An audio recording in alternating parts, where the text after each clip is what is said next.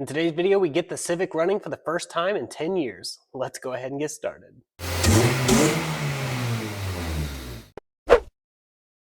God bless you and welcome to the channel. I pray you're having a blessed day in Jesus' mighty name. All right, so in a previous video, I pulled this Z6 out of this wrecked Civic I got from a subscriber for trading my V4 lift to him. He gave me the whole car, and I just wanted the Z6. It has 168,000 miles on the engine. The timing belt has been replaced. I checked over everything. It looks really good. The engine's pretty healthy, new distributor. I went ahead and took the flex plate off and needed to replace the rear main seal while I was in here. So I went ahead and just replaced the rear main seal.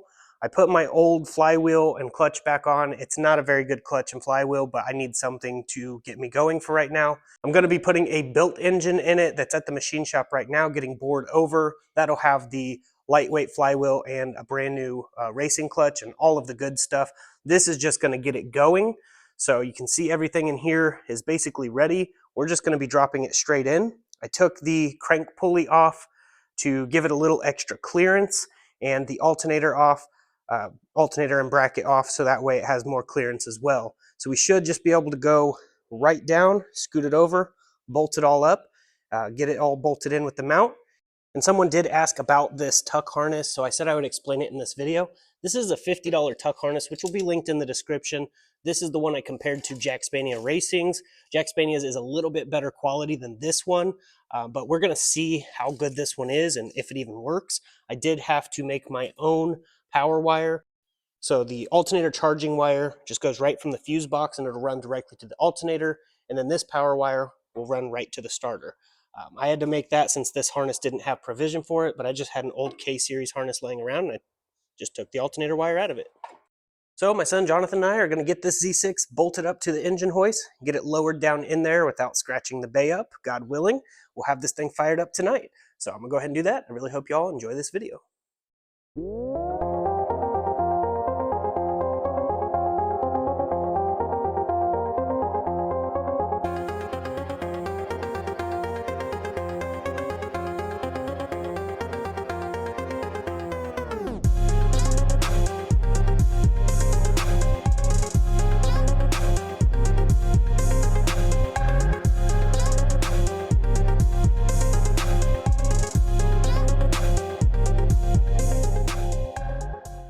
All right, so my son Jonathan and I got it in, as you just saw, and we used a piece of cardboard right there where the mount goes so it didn't scratch it up, and it did fantastic.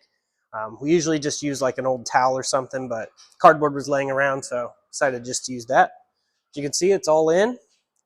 Got to hook up the tuck harness, radiator hoses, fuel line, exhaust, and a few other things, and we should be able to fire it right up. Jonathan is over here jacking this one up. Going to get a jack stand under there, pull the CV axle. The automatic CV axle does fit the manual on the 92 to 95.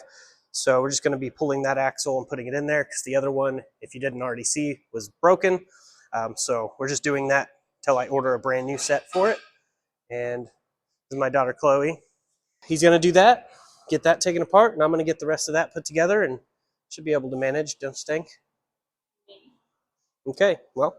He's going to do that, and I'm going to do that.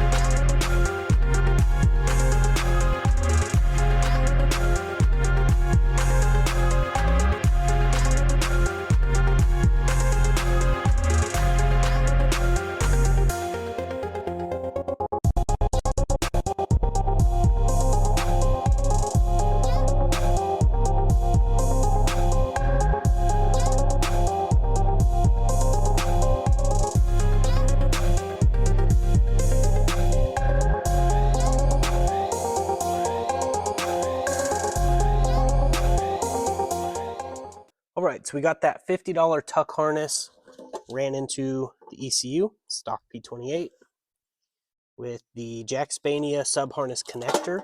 This plugs in to the $50 tuck harness. You can also use Jackspania's harness, plug right into that. This will be linked in the description with a discount code.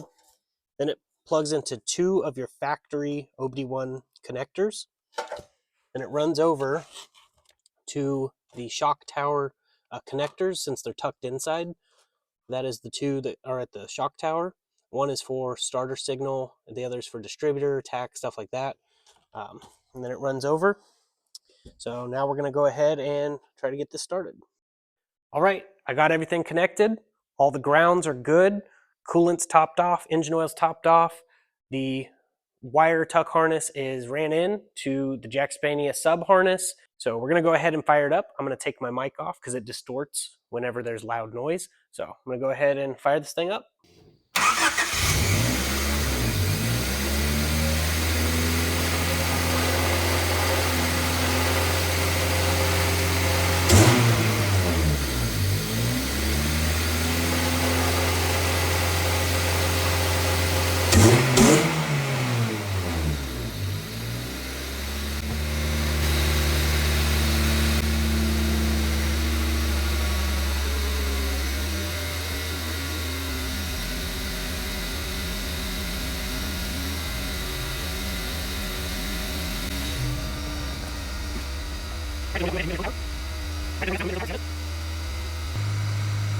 All right, now that it's warmed up, I'm going to move it under its own power. We're not going to be taking it down the street or anything crazy, because we did discover while bleeding the brakes that one of the brake lines has a very small pinhole, so just a few feet is going to be fine. So I'm going to go ahead and see if it moves under its own power.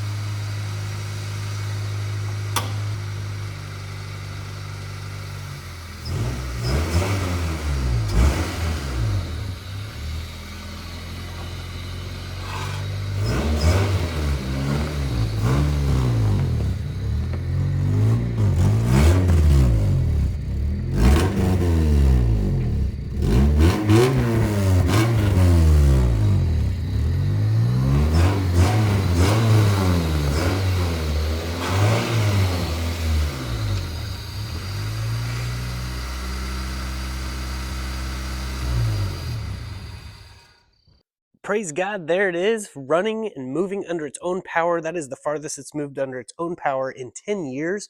I am happy it's running. It is smoking quite a bit. There is still some bad gas mixed in there, but it'll cycle through and it should get better. There's also some oil inside the exhaust manifold and stuff like that. So it's got to burn all that stuff off that's just been sitting in there. But yeah, it's definitely running and moving. The clutch is terrible, but I kind of expected that. It does move though, and it's just a really soft clutch. So no crazy pulls or anything, which is fine. I don't need it for that right now. I just need another car while the wife has the MDX, then I can drive this around.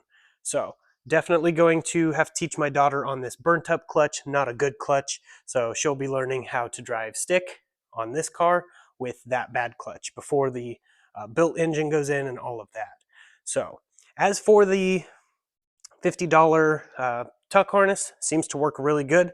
Didn't really have any issues except for the injector plugs weren't long enough, but it's a user error. It's not their kit.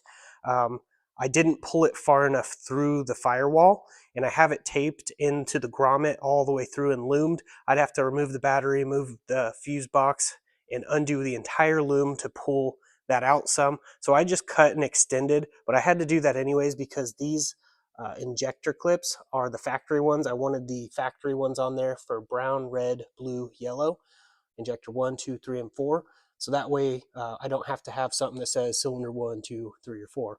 And the other ones didn't fit on these injectors, therefore the OBDO injectors. So I just went with the factory ones and put those on there. But it looks good, it's running good. I do have plans to do the valve cover. I have a different valve cover that doesn't say VTEC. I'm going to do a shaving on that and then wrinkle red. And then I'm going to use my laser etcher and etch in 1 Corinthians 9:24. To basically sum it up is all that run the race run, but only one gets first place. Run the race in such a way that you get first place. So it's basically about discipline, and I like that.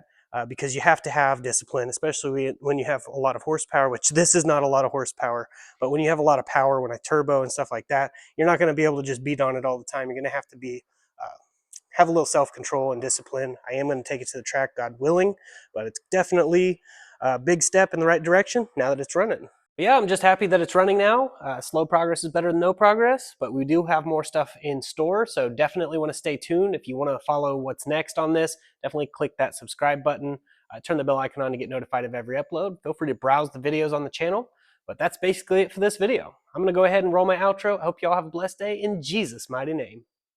I don't know who this message is for, but I wanted to let you know this is the sign you prayed for. And for the people who are watching that didn't pray for a sign, this is the sign you need. The beauty of the gospel is Jesus lived a perfect, sinless life, 100% obedient to God the Father, went to the cross, died, was buried, 3 days later, rose from the dead, seen of about 500 witnesses, left us with the Holy Ghost, and all we have to do is believe in our heart, confess with our mouth, and we'll be saved. Then we can do the works, like Acts 2:38, repent, be baptized in the name of Jesus for the remission of sins. We weren't saved to be silent. So if you think you're saved just to be quiet and it's just for you, you're wrong. We were saved for someone else. I pray this message reaches whoever it is intended to. There's a lot of people that feel lost and don't know what their purpose is. I was one of those people. God saved me. He found me. Remember, I was the lost one, not him. So he's looking for each and every one of us, and he is pursuing after us because he loves you. You're not seeing this by accident. You're not continuing to watch this by accident. Most people close out. If you're still watching, it's because it resonates with you in some way. I just want to let you know God loves you, and so do I. People can hate for no reason. I can love you for no reason. But I have a reason, and his name's Jesus. Just want to leave this message with you. My information is in the description. If you ever need to message me, feel free to. You can email me anytime. But that's basically it. I'm going to go ahead and get off here. I really hope you all have a blessed day in Jesus' mighty name.